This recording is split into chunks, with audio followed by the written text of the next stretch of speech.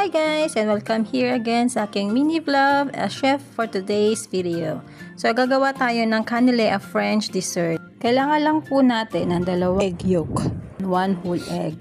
So separate lang po natin yan, and then lalagyan po natin ng sugar, 1 cup of sugar and 1/2 teaspoon ng salt.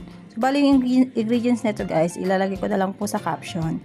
Ayan, mix-mix lang po natin hanggang ma-well combine po yung ating ingredients.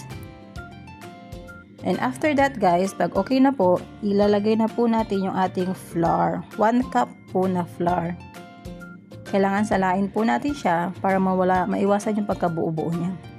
And then after po nyan, i-mix na po natin ulit ang ating ingredients. Mix well lang po natin hanggang makombine. Pagka okay na po yan, na-mix na natin yung ating ingredients na yan, tutungo na po tayo sa ating milk and butter ingredients. So kailangan lang po natin, nating painitin yung milk and butter hanggang mag-melt yung butter. And then kapag okay na po yan, ay tutungo naman tayo sa ating next step, yung pag-combine ng ating milk and butter ingredients sa ating flour ingredients.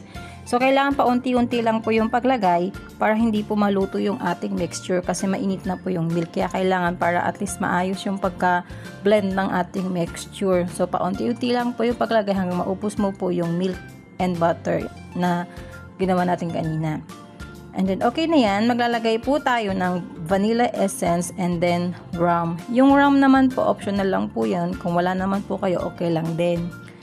And then, mix-mix lang po natin ulit ang ating ingredients. Pag okay na po at mix na po ito ng mabuti, maglalagay naman po tayo ng ating last ingredients, yung ating orange peel. Kailangan po nahugasan na po yung ating orange peel and then, napatuyo na siya kasi hindi siya pwedeng malagyan ng tubig. And then pag okay na po yan, itatabi na po natin ang ating ingredients at set aside po natin siya sa ref ng 24 hours. So again guys, see you tomorrow after 24 hours. May pasayaw-sayaw pa sa Inday.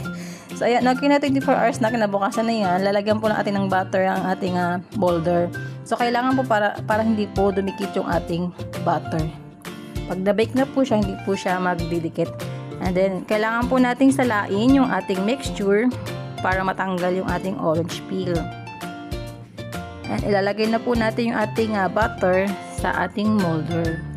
At i-bake po natin itong ating canile ng 250 degree o 475 Fahrenheit ng 10 minutes. Then, reduce oven to 350 or 110 degrees.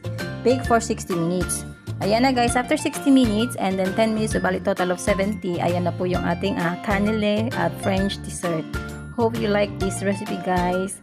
I'm not a professional baker, pero mahilig lang talaga ako magluto lalo na ng dessert. So ayan guys, thank you so much for watching my mini vlog chef edition. See you again for my next video. Thank you so much for watching, always supporting me. God bless you all. Bye bye!